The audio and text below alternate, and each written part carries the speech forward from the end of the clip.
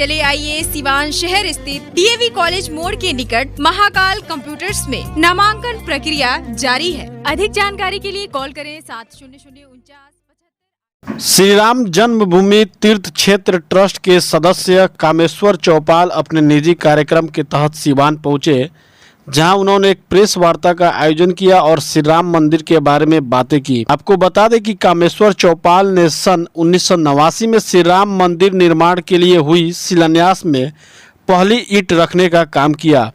Media से बातचीत करते हुए उन्होंने कहा कि श्री राम मंदिर निर्माण के लिए निधि समर्पण हेतु देश से करीब 4 लाख गाँव से 2500 करोड़ रुपए का लक्ष्य रखा गया था, जिसे लोगों ने समर्पण भावना दिखाते हुए इस लक्ष्य से कहीं ज्यादा श्री राम मंदिर निर्माण में सहयोग किया।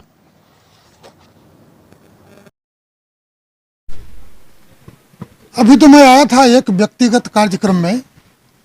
संतोष कांत पांडे हमारे कार्यकर्ता हैं और उनके पुत्र का जन्मदिन है। उसी जन्मदिन में भाग लेने के लिए आया था और इस समय एक बड़ा अभियान हमारा देश में संपन्न हुआ है। राम जन्मभूमि पर भव्य मंदिर निर्माण के दृष्टिकोण से ट्रस्ट ने अनुरोध किया था राष्ट्रीय स्वयंसेवक संघ और विश्व हिंदू परिषद से कि राम जन्मभूमि निर्माण के लिए संपूर्ण देश कैसे जुटे और उसके लिए निधि समर्पण कैसे हो सके, इस काम की योजना तैयार करिए और आपका सहयोग चाहिए। बहुत व्यापक योजना बनी थी संघ की ओर से।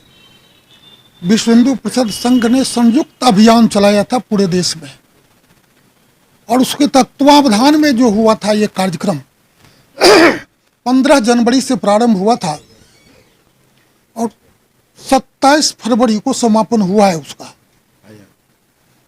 तो उससे संबंधित कुछ मामले यहाँ की भी जानकारी हो जाए तो हमारे जो इस जिला के प्रमुख थे श्रीमान हमारे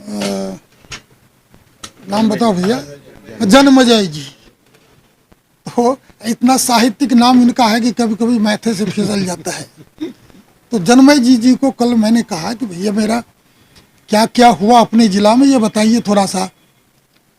तो आप सभी आए हैं तो स्वाभाविक रूप से इच्छा यहाँ के भी कार्यकर्ताओं की है कि भाई पूरे देश में क्या हुआ।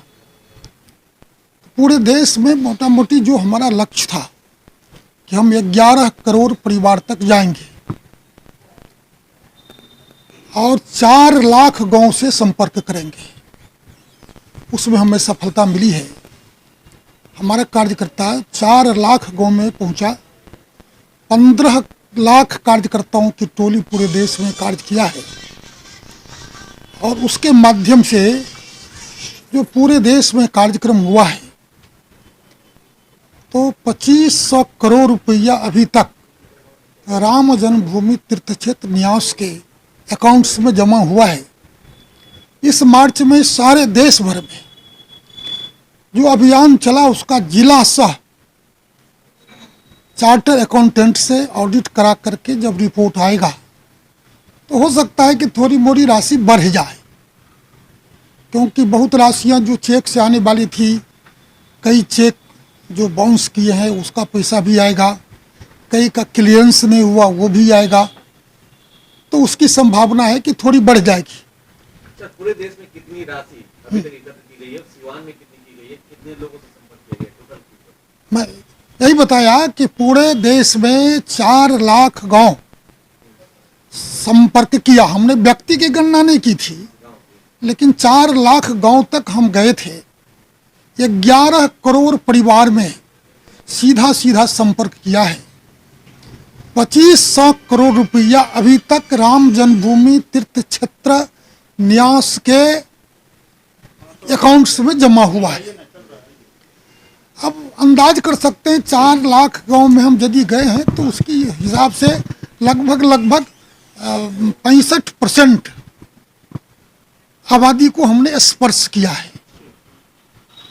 सिवान जिले का जहाँ तक प्रश्न है तो सिवान जिले में जो लक्ष्य हमारा था उसमें था कि हम 1000 गांव में जाएंगे। 1500 समथिंग गांव है यहाँ, तो उसमें से 1000 गांव में हमारे कार्यकर्ता गए यहाँ जो कार्यकर्ता थे लगभग 1500 सक्रिय कार्यकर्ता अपनी टोली बना करके इस काम को लिया था अपने जिम्मे में। पंचायत यहाँ लगभग 350 है, जो 250 है, उसमें 204 पंचायत तक लोग पहुँचे। आबादी के ख्याल से मुझे लगता है कि जहाँ जहाँ जाने में सुगमता थी वहाँ तक लोग गए।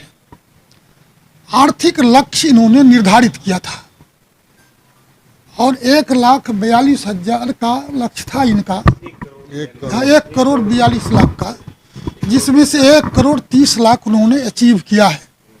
अभी इनका भी कुछ मामला फंसा होगा, हिसाब जब आएगा पूरा सब तब हो सकता है कि कुछ और बढ़ जाए। ये अभियान का डेट काफी फिक्स किया गया था, उसको आगे भी बढ़ाया गया। आगे बढ़ने की अब कोई बात नहीं है। 15 जनवरी को प्रारंभ हुआ था मकर संक्रांति के दिन से, माघी पूर्णिमा यानी 27 फरवरी को समापन हो गया।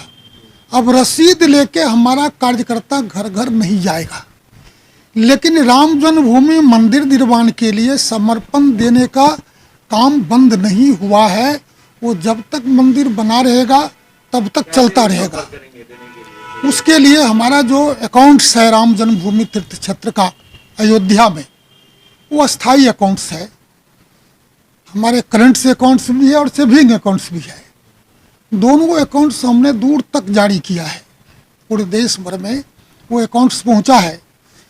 और उस अकाउंट के माध्यम से आज भी लोग बैंक में जाएंगे, उसमें जैसे हम अपने बच्चे को भेजते हैं पढ़ने के लिए, अपने संबंधी को भेजते हैं सहायता के लिए, तो उसी प्रकार से राम जी के भी अकाउंट्स में आप पैसा ट्रांसफ़र कर सकते हैं।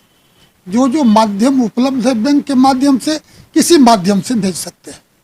ये कार्यक्रम अभी चलेगा। तो कुल मिलाकर के राम जन्मभूमि के अभियान का समापन हुआ, सौहार्दपूर्ण वातावरण में हुआ।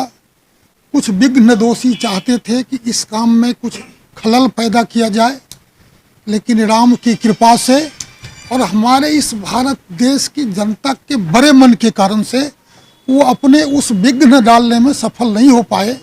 इसके लिए हम देश की जनता को धन्यवाद देते हैं और राम जन्मभूमि मंदिर का काम उसी तीव्र गति से चलता रहेगा। 3 साल के अंदर अंदर या 3 साल में कह दीजिए, हम लोग राष्ट्र को राम जन्मभूमि मंदिर पर में भव्य राम मंदिर समृद्ध। लंबे समय से आप जुड़े हुए हैं, विवाद हुआ था तो पहला ईंट भी आप रखे थे, ऐसे आज कैसा लग रहा है उस समय का दिन और मंदिर बने? लग रहा है कि हमारे पुरखे जो सपने देखे थे उसको साकार करने का सौभाग्य हमारी पीढ़ी को मिला है, जिसके लिए हमारे लोगों ने लाखों की संख्या में बलिदान दिया था। 492 वर्षों तक संघर्ष किया था। जिनके मन में सपने थे कि राम जन्मभूमि पर भव्य मंदिर बनाएंगे, आज जो भारत की वर्तमान पीढ़ी है वह सौभाग्यशाली पीढ़ी है। वैसा ही सौभाग्य मेरा भी है कि मैं उस राम मंदिर के निर्माण में अपना सहयोग निभा रहा हूँ। चिकित्सा के क्षेत्र में करियर बनाना हुआ आसान। बने इलेक्ट्रो होम्योपैथी चिकित्सक अधिकृत स्वास्थ्य एवं परिवार कल्याण मंत्रालय भारत सरकार।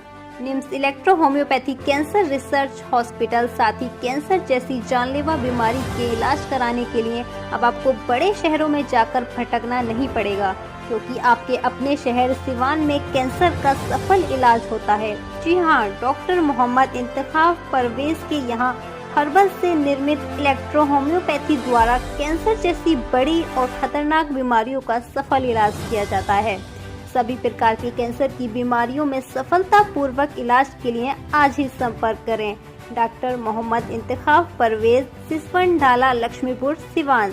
संपर्क नंबर है 9472250677।